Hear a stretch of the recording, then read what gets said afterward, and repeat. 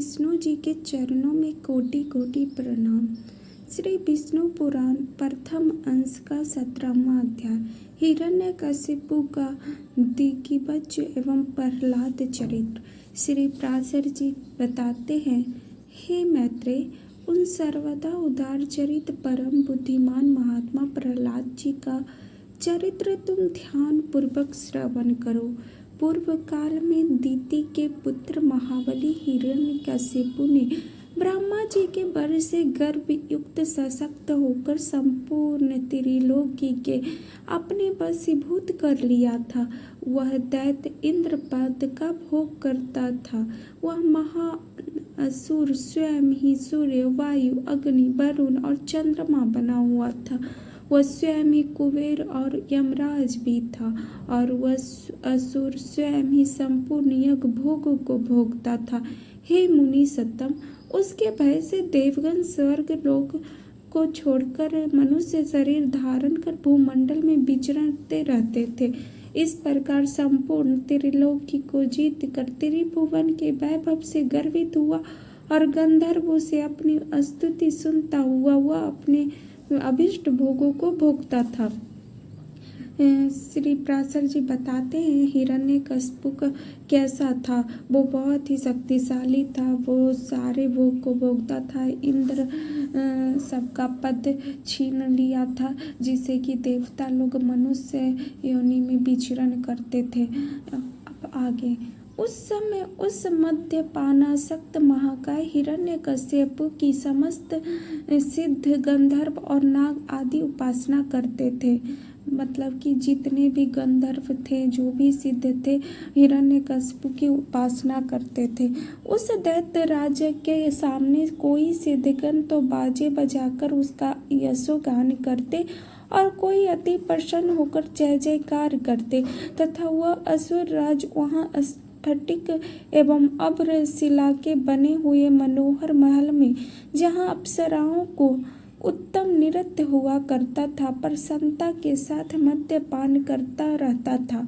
मतलब कि सारे लोग हिरण्यकशिपु को, बहुत सारे लोग जो थे उनका पूजा करते थे, उनका यश गाते थे, उनका स्तुति करते थे और फिर वो जो है नशा में रहता था हिरण्यकशिपु।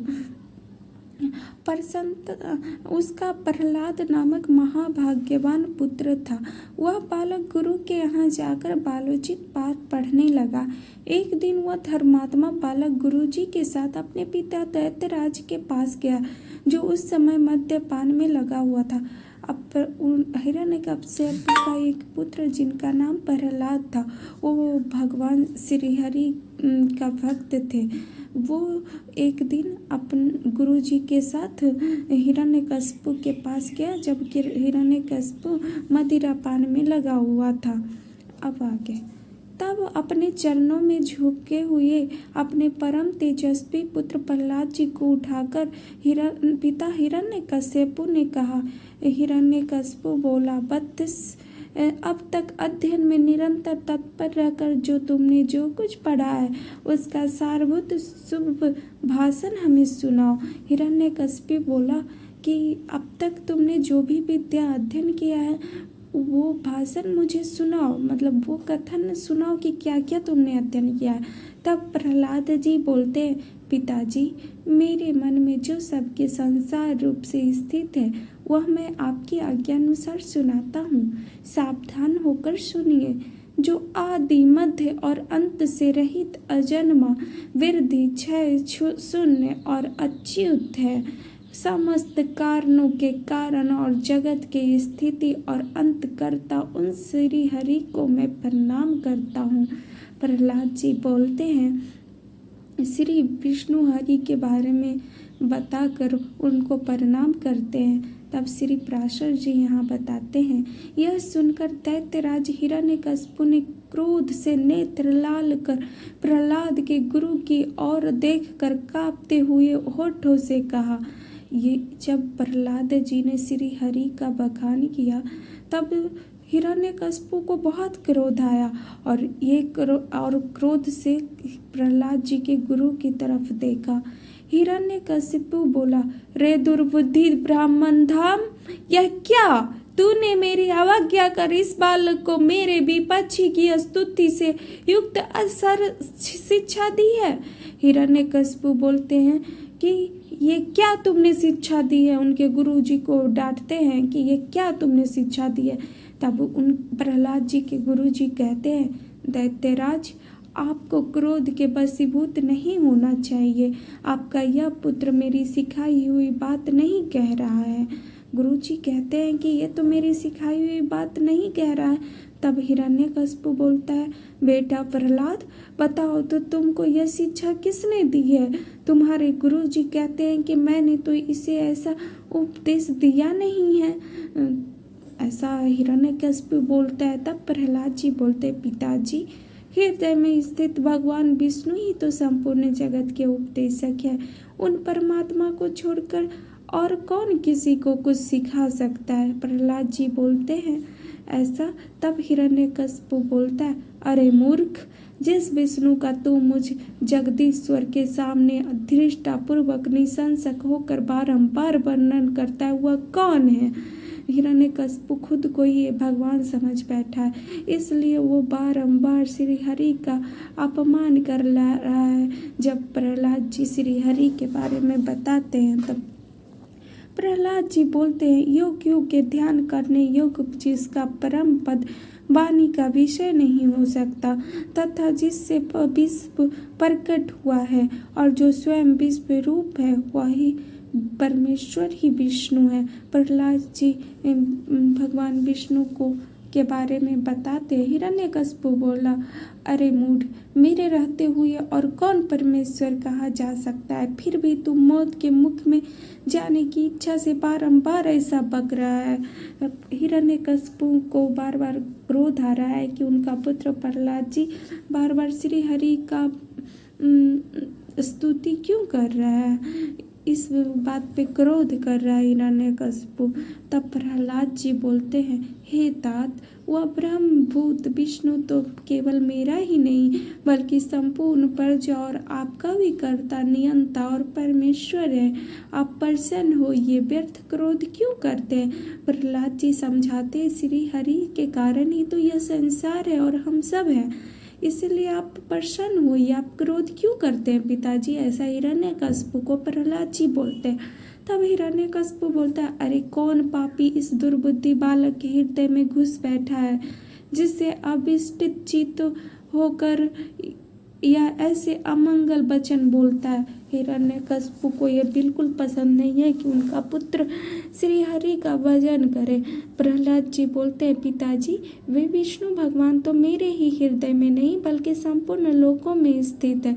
वे सर्वगामी तो मुझको, आप सबको और समस्त प्राणियों को अपने अपने चेष्टाओं में प्रवृत्त करते। प्रहलाद जी बोलते हैं हिरण्यकशिपु को कि पिताजी, भगवान विष्णु तो सबके हृदय में है, वही सर्वगामी है और सबको वही शिक्षा देते हैं, सबके हृदय में वही निवास करते हैं। तब हिरण्यकशिपु बोलता है, इस पापी को यहाँ से निकालो और गुरु को यहाँ से ले जाकर इसकी भला प्रकार शासन करो। इस दुर्मति को न जाने किसने मेरे विपक्षी प्रशंसा को नियुक्त कर दिया है। हिरण्यकशिपु अपने ही पुत्र को यहाँ गुस्से में भला बुरा कहकर वहाँ से निकालने की बात करता है और उनके गुरु जी का भी अपमान करता है। तब श्री पराशर जी बोलते हैं, उसके ऐसा कहने पर दैत्यगण उस बालक को फिर गुरु जी के यहाँ ले गए और वे वहाँ गुरु जी रात दिन भली प्रकार सेवा शुश्रूषा करते हुए विद्या अध्ययन करने लगे। बहुत काल व्यतीत हो जाने पर दैत्यराज ने प्रहलाद जी को फिर बुलाया और कहा, बेटा, आज कोई गाथा सुनाओ। उसके बाद जो है गुरुजी फिर से उनको शिक्षा देने लगे और बहुत साल बीत जाने के बाद प्रहलाद जी को फिर से बुलाया गया और फिर आज बोला गया कि कुछ सुनाओ। तब प्रहलाद जी बोलते हैं, जिनसे प्रधान पुरुष और यह चराचर जगत उत्पन्न हुआ है, वे सकल प्रपंच के कारण श्री विष्णु भगवान हम पर प्रसन्न हो। फिर से प्रहलाद जी श्री हरि के बारे में ही सुनाते हैं।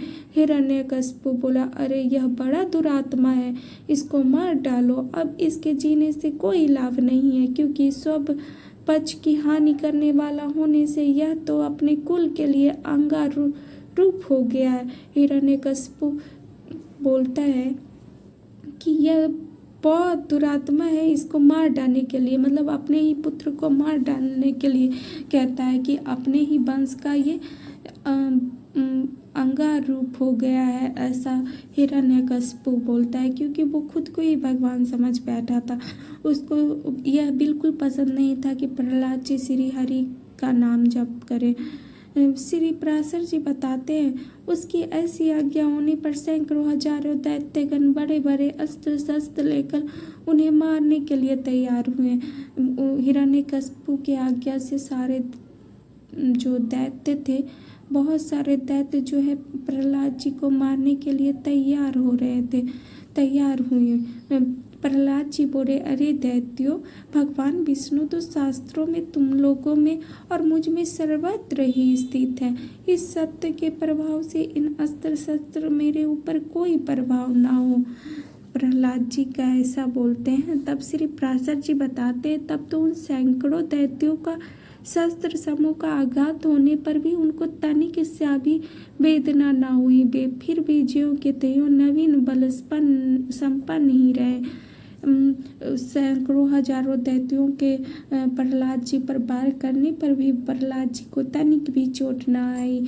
तब हिरण्यकशिपु बोलता है, रे दुर्बुद्धि, अब तू विपक्षी की स्तुति करना छोड़ दे जा, मैं तुझे अभय दान देता हूँ, अब और अधिक नादान मत हो। हिरण्यकशिपु बोलता है कि अब श्री हरि विष्णु भगवान की स्तुति करना छोड़ देने के लिए, इससे तुम्हारी जीवन की रक्षा हो जाएगी। ऐसा प्रहलाद जी को बोलते हैं हिरण्यकशिपु। तब प्रहलाद जी बोलते हैं, हे तात, जिनके स्मरण मात्र से जन्म जरा और मृत्यु आदि के समस्त भय दूर हो जाते हैं, उन सकल भयहारी अंत के हृदय में स्थित रहते हुए मुझे कहाँ भय रह सकता है। प्रहलाद जी फिर भी नहीं छोड़ते हैं श्री हरि का स्मरण करना, और उनको फिर से समझाते हैं कि श्री हरि का स्मरण करने मात्र से ही तो सारे भय दूर हो जाते हैं, तो फिर उनको भय ही कहाँ लग रहा है। तब हिरण्यकशिपु बोलता है, अरे सर्पो, इस अत्यंत दुर्बुद्धि और दुराचारी अपने विषाग्नि संतप्त मुखों से काट कर शीघ्र ही नष्ट कर दो। हिरण्यकशिपु बोलता है, अपने पुत्र प्रहलाद को नष्ट कर देने के लिए सारे दैत्यगण को बोलता है। श्री पराशर जी बताते हैं, ऐसी आज्ञा होने पर अति क्रूर और विष तक्षक आदि सर्पों ने उनके समस्त अंगों को काटा, किंतु उन्हें तो श्री कृष्ण चंद्र में आसक्त चित रहने के कारण, भगवत स्मरण के कारण परमानंद में डूबे रहने से उन महासर्पों के काटने पर भी अपने शरीर की कोई सूधी नहीं हुई। ऐसा जब हिरण्यकशिपु आज्ञा देता है दैत्यों को कि उनको सर्प से कटवा देने पर, लेकिन प्रहलाद जी श्री हरि की में शुद्ध में खो चुके थे, इसलिए उनको सर्प के काटने पर भी कोई असर नहीं हुआ। सर्प बोलता है, हे दैत्यराज, देखो हमारी दाढ़ें टूट गई, मनियाँ चटकने लगी, फनों में पीड़ा होने लगी और हृदय कांपने लगा, तथापि इसकी त्वचा तो जरा भी नहीं कटी। इसलिए अब आप हमें कोई और कार्य बताइए। सर्प भी थक गया काट कर, लेकिन प्रहलाद जी पर कोई असर नहीं हुआ। तब हिरण्यकशिपु बोलता है, हे दिग्गजों, तुम सब अपने संकीर्ण दांतों को मिलाकर मेरे शत्रु पक्ष द्वारा बहाकर मुझसे विमुख किए जाने हुए इस बालक को मार डालो। देखो, जैसे अग्नि से उत्पन्न हुआ अग्नि उसी को जला डालता है, उसी प्रकार कोई जिसे उत्पन्न होते हैं उसी के नाश करने वाले हो जाते। हिरण्यकशिपु बहुत भला बुरा प्रहलाद जी को बोलता है और इन प्रहलाद जी को मारने की हर कोशिश, हर संभव प्रयास कर रहा है हिरण्यकशिपु। श्री पराशर जी बताते हैं, तब पर्वत शिखर के समान विशालकाय दिग्गजों ने उस बालक को पृथ्वी पर पटक पटक कर अपने दांतों से खूब रौंदा, किंतु गोविंद का स्मरण करते रहने से हाथियों के हजारों दांत उनके बचा स्थल से टकराकर टूट गए। तब उन्होंने पिता हिरण्यकशिपु से कहा, बहुत कोशिश करने के बाद पहले सर्प से कटाया गया, फिर पर्वत शिखर से पटकाया गया, लेकिन हजारों कोशिश करने के बाद भी प्रहलाद जी पर कोई असर नहीं हुआ। वो श्री हरि को निरंतर याद करते रहे और उनके शरीर पे कोई भी चोट का निशानों तक नहीं आया। तब प्रहलाद जी बोलते हैं अपने पिता हिरण्यकशिपु से, ये जो हाथियों के बर्ज के समान कठोर दांत टूट गए हैं, इसमें मेरा कोई बल नहीं। यह तो श्री जनार्दन भगवान महाविपत्ति और कलेशों के नष्ट करने वाले स्मरण का ही प्रभाव है। वो कहते हैं अपने पिता से कि पिताजी, ये जो हाथियों के दांत टूट गए, इसमें मेरा बल नहीं है, यह तो श्री भगवान विष्णु की कृपा है, जो उनके स्मरण करने से ही ये सब नष्ट हो जा रहे हैं और मुझ पे तनिक भी चोट नहीं आ रही है। तब हिरण्यकशिपु बोलते, अरे दिग्गजों, तुम हट जाओ, दैत्यगण तुम अग्नि जलाओ, और हे वायु तुम अग्नि को प्रज्वलित करो, जिससे इस पापी को जला डाला जाए। अब हिरण्यकशिपु जब सर्प कटवाए तब भी कुछ नहीं हुआ है प्रहलाद जी को, फिर उन पर्वत से फेंकवा दिए तब भी नहीं हुआ प्रहलाद जी को। तब हिरण्यकशिपु अग्नि जलाने बोलता है ताकि प्रहलाद जी को जला दिया जाए। तब पराशर जी समझाते, तब उसने स्वामी की आज्ञा से दानवगण काष्ठ के एक बड़े ढेर में स्थित उस असुर राजकुमारों को अग्नि पर ज्वलित करके जलाने लगे। तब जो है इस प्रहलाद जी को अग्नि प्रज्वलित करके जलाने लगे। प्रहलाद जी बोले, हे तात, पवन से प्रेरित हुआ भी यह अग्नि मुझे नहीं जलाता। मुझको तो सभी दिशाएं ऐसा शीतल प्रतीत होती है मानो चारों ओर कमल बिछे हुए हों। प्रहलाद जी बोलते हैं कि ये अग्नि मुझे कुछ नहीं जला सकता है पिताजी, ऐसा मुझे लग रहा है कि चारों ओर शीतल हवा बह रही हो। तब पराशर जी समझाते हैं, तदंतर शुक्र जी के पुत्र बड़े भागमी महात्मा पुरोहितगण सामनीति से दैत्यराज की बड़ाई करते हुए बोले। पुरोहित बोलते, हे राजन, आपने इस बालक पुत्र प्रति अपना क्रोध शांत कीजिए। आपको तो देवताओं पर ही क्रोध करना चाहिए, क्योंकि उसकी सफलता तो वही है। हे राजन, हम आपके इस बालकों की ऐसी शिक्षा देंगे जिससे यह विपज के नाश का कारण होकर आपके प्रति अति विनीत हो जाएगा। हे दैत्यराज, बाल्यावस्था तो सब प्रकार के दोषों का आश्रय होता ही है, इसलिए आपको इस बालक पर आपका क्रोध का प्रयोग नहीं करना चाहिए। यदि हमारे कहने से भी यह विष्णु पक्ष का नहीं छोड़ेगा तो हम इसको नष्ट करने के लिए किसी भी प्रकार के न टालने वाली कृत्य उत्पन्न करेंगे। वहाँ के पुरोहित बोलते हैं हिरण्यकशिपु से कि राजन, आपको अपने पुत्र पर क्रोध नहीं करना चाहिए, क्योंकि यही तो देवतागण चाहते हैं कि ये श्री विष्णु हरि का स्मरण करे प्रहलाद जी, ताकि अपने ही वंश का नाश करे। ऐसा पुरोहित समझाते हैं हिरण्यकशिपु को और बोलते हैं कि मुझे एक कोशिश करने दीजिए कि मैं प्रहलाद को समझाऊंगा ताकि ये श्री विष्णु का हर स्मरण करना छोड़ दे। ऐसा पुरोहित जी बोलते हैं, और अगर ये नहीं समझेंगे प्रहलाद जी, तब इनको नष्ट करने में फिर कोई बाधा हम नहीं बनेंगे। तब पराशर जी का समझाते हैं, पुरोहितों के इस प्रकार कहने पर, प्रार्थना करने पर दैत्यराज ने दैत्यों द्वारा प्रहलाद को अग्नि समूह से बाहर निकलवाया। फिर प्रहलाद जी गुरु जी के यहाँ रहते हुए उनके पढ़ा चुकने पर अन्य दानव कुमारों द्वारा बार बार उपदेश देने लगे। तब प्रहलाद जी को अग्नि से बाहर निकाला गया और वो पुरोहित जी के के अनुसार पढ़ाया जाने लगा प्रहलाद जी को, और दानवों द्वारा बार बार उपदेश देने लगा। तब प्रहलाद जी बोलते हैं कि हे दैत्य कुलोत्पन्न असुर बाल को सुनो, मैं तुम्हें परमार्थ का उपदेश देता हूँ।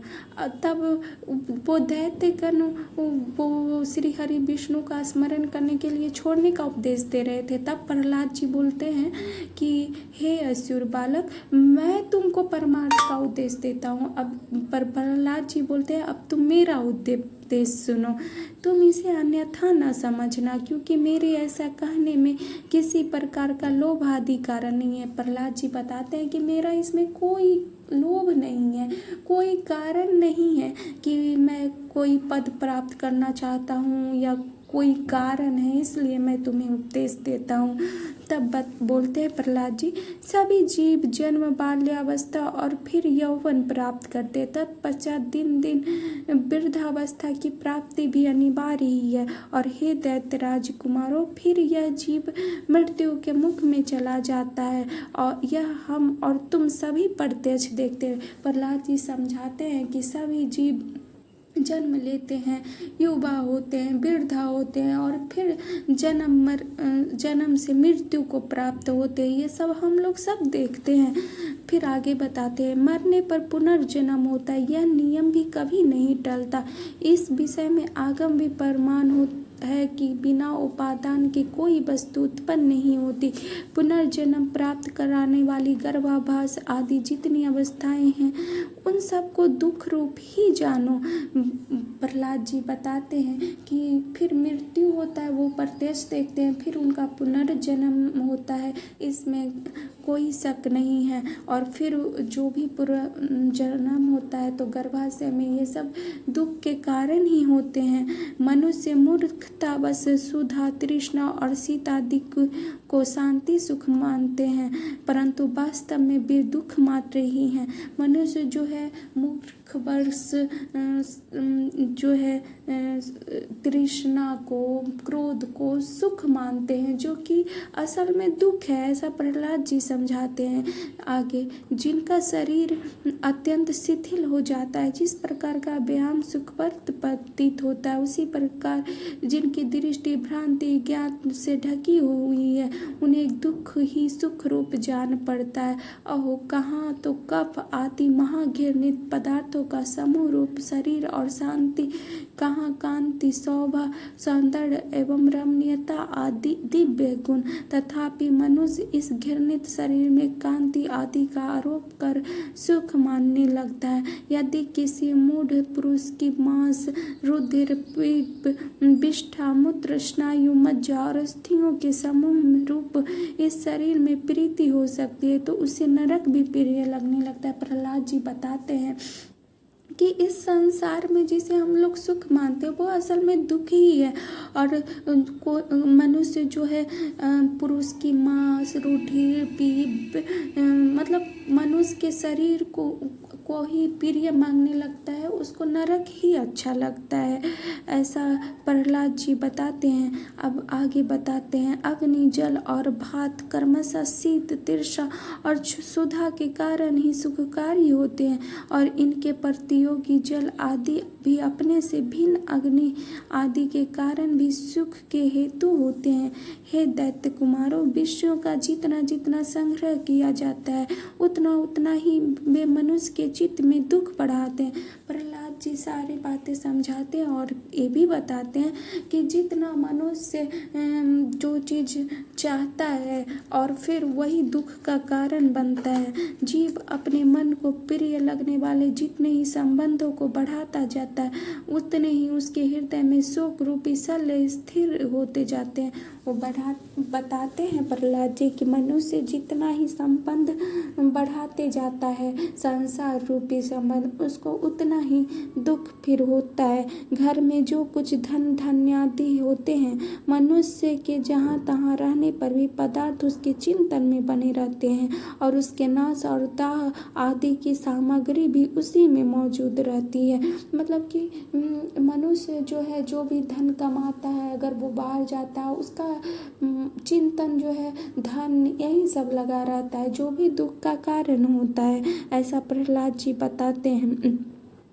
जिससे पदार्थ नाश का दुख प्राप्त होता है। पूर्व जन्म की होने में युक्ति है, क्योंकि जब तक पूर्व जन्म के लिए शुभ अशुभ कर्म का कारण का होना न माना जाए, तब तक वर्तमान जन्म में भी सिद्ध नहीं हो सकता। इस प्रकार जब इस जन्म में शुभ का आरंभ हुआ है, तो इसका कार्य रूप पूर्व जन्म भी अवश्य होगा।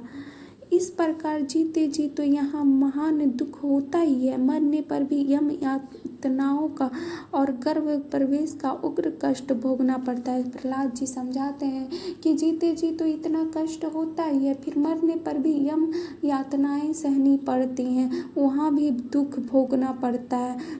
फिर आगे समझाते हैं, यदि तुम्हें गर्भाशय में लेश मात्र भी सुख का अनुमान होता हो तो कहो, सारा संसार इस प्रकार का अत्यंत दुखमय है। इसलिए दुखों के परम आश्रय इस संसार समुद्र में एकमात्र भगवान विष्णु ही आप लोगों की परम गति है। यह मैं सर्वथा सत्य कहता हूँ। यह सब समझाते हुए कहते हैं प्रहलाद जी, इस संसार में परम सुख सिर्फ श्री विष्णु भगवान का स्मरण करना ही है, जो कि सर्वथा सत्य है। ऐसा मत समझो कि हम सब तो अभी बालक है, जरा क्योंकि जरा यौवन और जन्म आदि अवस्थाएं तो देह के ही धर्म है। शरीर का अधिष्ठाता है, आत्म तो नियम है और उसमें कोई धर्म नहीं है। जो मनुष्य की ऐसी दुराशाओं से विक्षिप्त रहता है कि अभी मैं बालक हूँ, इसलिए इच्छा अनुसार खेल कूद लूँ, युवावस्था प्राप्त होने पर कल्याण साधना का यत्न करूँगा, फिर युवा होने पर कहता है कि अभी तो मैं युवा हूँ, बुढ़ापे में आत्म कल्याण कर लूँगा, और वृद्ध होने पर सोचता है कि अब मैं बूढ़ा हो गया, अब तो मेरी इंद्रियां अपने कर्मों में प्रवृत्त ही नहीं होती, शरीर के शिथिल हो जाने पर अब मैं क्या कर सकता हूँ, सामर्थ्य रहते तो मैंने कुछ किया ही नहीं। वह अपने कल्याण पथ पर कभी अग्रसर नहीं होता, केवल भोग तृष्णा में ही व्याकुल रहता है। प्रहलाद जी बताते हैं कि दत्तों को बताते हैं कि तुम ऐसा मत समझो कि मैं बालक हूँ और मेरा खेल कूद करने का समय है। सब बालक में यही सोचता है कि मुझे अभी खेल कूद करने का समय है। फिर युवा होता है तो सोचता है कि प्रभु का स्मरण वृद्धावस्था में कर लेंगे, और जब वो वृद्धा होता है तब सोचता है कि जिंदगी भर तो मैंने स्मरण किया नहीं, अब तो मेरे में शक्ति ही नहीं बची, इसी प्रकार और मेरी अभी ज्ञानेंद्रियां भी नहीं काम कर रही हैं, तो इसी प्रकार उसका पूरा जीवन बीत जाता है और शरीर भी शिथिल हो जाता है और भोग तृष्णा में ही पूरी जिंदगी वो व्याकुल रहता है। अब आगे मूर्ख लोग अपनी बाल्यावस्था में खेल कूद में लगे रहते हैं, युवावस्था विषयों में फंस जाते हैं और बुढ़ापा आने पर उस असमर्थता के कारण व्यर्थ ही काटते हैं। इसलिए विवेकी पुरुष को चाहिए कि देह की बाल्य, यौवन और वृद्ध आदि अवस्थाओं की अपेक्षा न करके बाल्यावस्था में ही अपने कल्याण का यत्न करें। प्रहलाद जी समझाते हैं कि वो सारे लोग खेल कूद में बाल्यावस्था को समझते हैं, युवावस्था में भी ऐसे ही घट जाता है, वृद्धावस्था में शरीर शिथिल पड़ जाता है। इसलिए ज्ञानी पुरुष को चाहिए कि बाल्यावस्था से ही अपना कल्याण करने का प्रयत्न करे। अब आगे, मैंने तुम लोगों से जो कुछ कहा है उसे यदि तुम मिथ्या नहीं समझते तो मेरी प्रसन्नता के लिए भी बंधन को छुटाने वाला श्री भगवान विष्णु का स्मरण करो। और समझाते हैं कि श्री भगवान विष्णु का स्मरण करो, उनका स्मरण करने में परिश्रम भी क्या है, और स्मरण मात्र से ही भी अति शुभ फल देते हैं तथा दिन रात उन्हीं का स्मरण करने वालों का पाप भी नष्ट हो जाता है। उन सर्वभूतस्थ प्रभु में तुम्हारी बुद्धि अहरनिश लगी रहे और उसमें निरंतर तुम्हारा प्रेम बढ़े। इस प्रकार तुम्हारे समस्त क्लेश दूर हो जाएंगे। प्रहलाद जी समझाते हैं उन सभी दैत्यों को कि श्री भगवान विष्णु का स्मरण रहने में परिश्रम ही क्या है, उनके स्मरण करने से ही सारे पाप नष्ट हो जाएंगे और फिर समस्त कष्ट भी दूर हो जाएगा। अब आगे समझाते हैं, जब तक कि यह सभी संसार ताप यंत्र से दग्ध हो रहा है तो इन बेचारे शोचनीय जीवों से कौन बुद्धिमान द्वेष करेगा। यदि ऐसा दिखाई दे कि और जीव तो आनंद में है, मैं ही परम शक्तिहीन हूँ, तब भी प्रसन्न ही होना चाहिए, क्योंकि द्वेष का फल तो दुख रूप ही है। यदि कोई प्राणी वैरभाव से द्वेष भी करे तो विचारण वालों के लिए तो वो अहो ये महामोह से व्याप्त है, इस प्रकार अत्यंत शोचनीय ही है। हे दैत्यगण, ये मैंने भिन्न भिन्न दृष्टि वालों का विकल्प भिन्न भिन्न उपाय कहे, अब उनका सामान्य पूर्वक संक्षिप्त विचार सुनो। इस प्रकार प्रहलाद जी दैत्यगणों को बहुत तरह से समझाते हैं और श्री भगवान विष्णु हरि का स्मरण करने को कहते हैं, उसी से सब दुख का नष्ट होगा और सारे पाप मिटेगा। अब संक्षिप्त विचार सुनाते हैं प्रहलाद जी। यह संपूर्ण जगत सर्वभूतमय भगवान विष्णु का विस्तार है, अतः विचक्षण पुरुषों को इसे आत्मा के समान अभेद रूप से देखना चाहिए। इसलिए दैत्य भाव को छोड़कर हम और तुम ऐसा यत्न करें जिससे शांति लाभ कर सके। परम शांति अग्नि, सूर्य, चंद्रमा, वायु, मेघ, वरुण, सिद्ध, राक्षस, यक्षगण, दैत्यराज, सर्प, किन्नर, मनुष्य, पशु और अपने दोषों का तथा ज्वर, नेत्र रोग से अतिसार, पलीहा, तिल्ली और गुल्म आदि रोगों से एवं द्वेष, ईर्ष्या, मत्सर, रोग, लाभ तथा किसी अन्य भाव से भी कभी छीन नहीं होती, और जो सर्वथा अत्यंत निर्मल है उसे मनुष्य अमल स्वरूप श्री केशव में मनोनिवेश करने से प्राप्त कर लेता है। वो समझाते हैं कि ये सब दैत्य का जो भी है उसको छोड़कर शांति का मार्ग चुने और ये सब द्वेष, घृणा, क्रोध ये सब छोड़कर श्री भगवान विष्णु हरि का स्मरण करें। फिर आगे बताते हैं, हे दैत्यों, मैं आग्रह पूर्वक कहता हूँ, तुम इस असार संसार के विषयों में कभी संतुष्ट मत होना। तुम सर्वत्र समदृष्टि करो, क्योंकि समता ही श्री अच्युत की वास्तविक आराधना है। उन अच्युत के प्रसन्न होने पर फिर संसार में दुर्लभ ही क्या है।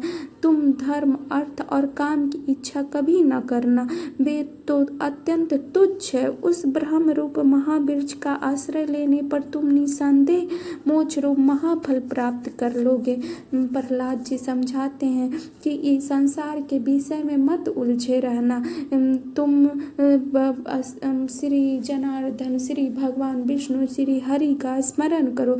अगर उनका स्मरण करोगे तो संसार में कुछ भी दुर्लभ पाना नहीं है और मोक्ष को भी प्राप्त करोगे। ऐसा प्रहलाद जी पूरी तरह से उन दैत्यों को समझाते हैं। इति विष्णु पुराणे प्रथम अंशे सप्तदशोऽध्याय। यह था विष्णु पुराण प्रथम अंश का 17वां अध्याय।